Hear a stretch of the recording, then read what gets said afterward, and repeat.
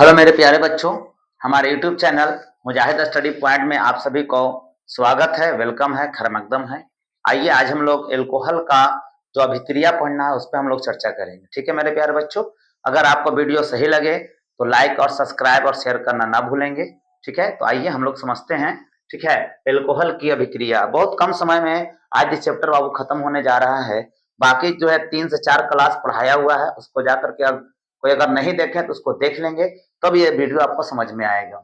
ठीक है, देखो एथेनॉल की अभिक्रिया क्या क्या होती है। सबसे पहले कहता है सोडियम के साथ अभिक्रिया। सोडियम एक धातु है। सोडियम क्या है? धातु है। तो कहेंगे एथेनॉल सोडियम धातु से अभिक्रिया करके सोडियम एथॉक्साइड का निर्माण करता है तथा हाइड्रोजन गैस क्या करता है? मुक्त करता है। फिर समझिएगा कि है ना, एथेनॉल जो होता है सोडियम धातु से अभिक्रिया करके सोडियम एथॉक्साइड का निर्माण करता है और क्या करता है? हाइड्रोजन गैस क्या करता है मेरे प्यारे बच्चों? मुक्त करता है। तो देखिए कहता है कि एथेनॉल सोडियम धातु के साथ अभिक्रिया करके है ना एथॉक्साइड यानी सोडियम एथॉक्साइड का निर्माण करता है तथा क्या होता है? हाइड्रोजन गैस क्या करते हैं? मुक्त करते हैं। देखिए यह है तुम्हारा एथेनॉल। ये तुम्हारा क्या है बाबू? एथेनॉल। एथेनॉल की अभिक्रिया यहां तक ये पूरा एथेनॉल है आपका। OH है ना, OH के साथ एथेनॉल बोला जाता है।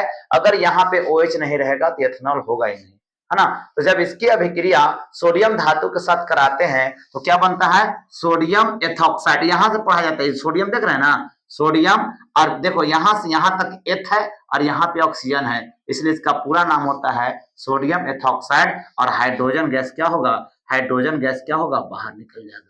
गैस जब बाहर निकलता है तो तीर का निशान बाबू कहां देते हैं? ऊपर की ओर दिया जाता है। ठीक है, उसके बाद कहता है दूसरा में हाइड्रोजन ब्रोमाइड के साथ अभिक्रिया, यानी हाइड्रोजन ब्रोमाइड से अभिक्रिया। तो बाबू रे कह सकते हैं कि एल्कोहल जो होता है ना, एल्कोहल जो होता है ना, क्या होता है? हाइड्रोजन ब्रोमाइड या हैलोजन ब्रोमाइड से अभिक्रिया करके या हैलोजन आयोडाइड से अभिक्रिया, हैलोजन है ना, हैलाइड से अभिक्रिया करके क्या बनाता है? एल्कील हैलाइड का निर्माण करता है। यहाँ देख लीजिएगा, कहता है एल्कोहल हैलोजन अम्ल से अभिक्रिया करके। ये आपका कौन सा अम्ल है? हैलोजन अम्ल है, क्योंकि bromine, chlorine, chlorine, fluorine, iodine ये सब हैलोजन अम्ल आता है। बता दें, है ना, hydrogen bromide, hydrogen iodide, hydrogen chloride, hydrogen fluoride, ये सब का सब कौन सा अम्ल है? हैलोजन अम्ल है। सब क्या है? हैलोजन अम्ल है। यानी हैलोजन तत्व के साथ अगर हाइड्रोजन आता है इसी को कौन सा अम्ल कहते हैं? हैलोजन अम्ल कहते हैं। ठीक है, तो यहां देखिए हाइड्रोजन ब्रोमाइड यानी एल्कोहल हैलोजन अम्ल से अभिक्रिया करके एल्कील हैलाइड बनाता है। क्या बनाता है बाबू? एल्कील हैलाइड बनाता है। यानी देखेंगे यहाँ पे देखिए एल्कोहल आपका दे दिया है इथाइल एल्कोहल, आई आपका हैलोजन अम्ल है ना, हाइड्रोजन ब्रोमाइड से अभिक्रिया किया तो यहां से हाइड्रोजन हटा। देखिए पूरा OH यहाँ से क्या हो गया? हट गया है। OH क्या हो गया? हटा। इसके साथ Br क्या हो गया? जुट गया है। देखो जुट गया है, इसलिए इसका नाम होगा एथिल। देखो C2H5, इसको अगर ऐसे लिखें तो क्या लिखेंगे? C2H5, 2 कार्बन है और 5 हाइड्रोजन है, तो C2H5 को हम लोग एथिल पढ़ते हैं। अब ब्रोमीन है तो इसको ब्रोमाइड पढ़ते हैं। और यहां से एक हाइड्रोजन ये वाला और एक हाइड्रोजन ये और एक ऑक्सीजन, इसलिए क्या हो गया? H2O। यहाँ से जल क्या होता है? बाहर निकल जाता है। जल क्या निकलता है मेरे प्यारे बच्चों? बाहर। उसके बाद कहेंगे कि सांद्र सल्फ्यूरिक अम्ल के साथ अभिक्रिया। किसका अभिक्रिया? है ना, एथेनॉल की अभिक्रिया। किसका अभिक्रिया मेरे प्यारे बच्चों?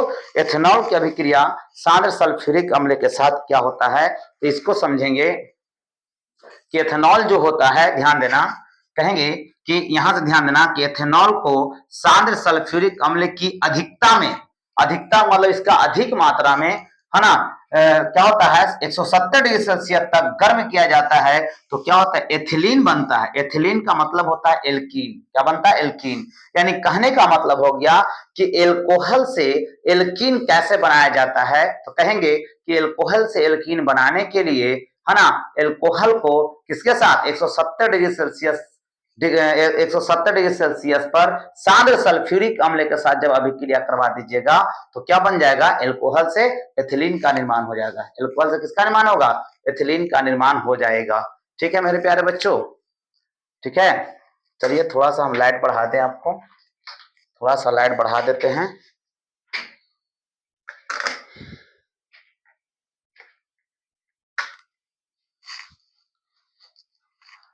ठीक है, चलिए अब आगे देखेंगे। तो यहां देखिए, जब एल्कोहल की अभिक्रिया सल्फ्यूरिक अम्ल के साथ कराया पहले 100 डिग्री सेल्सियस में, तो क्या होगा, एथिल बाइसल्फेट बना है। क्या बना है? Ethyl bisulphate. ये जो एथिल बाइसल्फेट बना है, इसको फिर जो होता है 170 डिग्री सेल्सियस ताप पर अभियाव गर्म करते हैं, तो क्या बन जाता है? एथिलीन, यानी एल्कीन मेरा क्या होता है? प्राप्त हो जाता है। एल्कीन क्या होता है मेरे प्यारे बच्चों? प्राप्त हो जाता है। आगे चलेंगे, एक और बनता है ऑक्सीकरण। क्या बनता है? ऑक्सीकरण।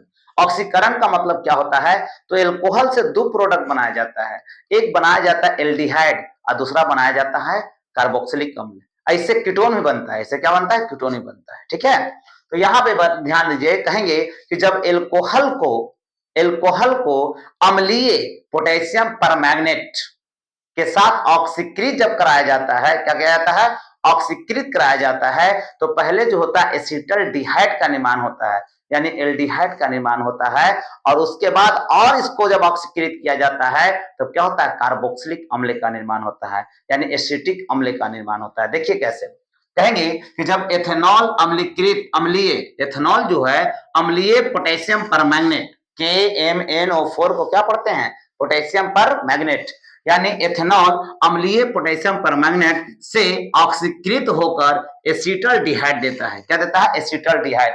देखो एसिटल्डिहाइड का यहाँ सूत्र लिखा हुआ है CH3CHO। CH3CHO को क्या कहते हैं? एसिटल्डिहाइड कहते हैं। तो एसिटल्डिहाइड देता है जो पुनः ऑक्सीकृत होकर एसिटिक अम्ल देता है, यानी एसिटल्डिहाइड को फिर जो है ना, यहाँ पे अम्लीकृत, यानी H प्लस का मतलब क्या होता है? अम्ल की उपस्थिति में ये अम्लीकृत है। पोटेशियम परमैंगनेट जो है वो क्या है मेरे प्यारे बच्चों? अम्लीकृत है, यानी हाइड्रोजन आयन अगर दिया हुआ रहे, इसका मतलब है कि हम लोग अम्ल की उपस्थिति में ये काम कर रहे हैं। किसकी उपस्थिति में कर रहे हैं? अम्ल की उपस्थिति में कर रहे हैं। ठीक है, तो अम्ल की उपस्थिति में जब कर रहे हैं तो क्या होगा यहाँ, है ना, एसिटिक अम्ल बन गया। क्या बना? एसिटिक अम्ल। एसिटिक अम्ल का सूत्र होता है CH3COOH। याद कर लीजिएगा, CH3COOH। तो ये हो गया आपका एल्कोहल का जो है ना, एल्कोहल का आपका अभिक्रिया हो गया। ठीक है, तो फिर हम लिख करके आपको बताएं। कारण यह है बाबू कि कम समय में हमको आपको बताना है। ठीक है मेरे प्यार बच्चों, तो आज भर देख लीजिए, एक नजर उतारिए, उसके बाद हम लोग आगे चलते हैं।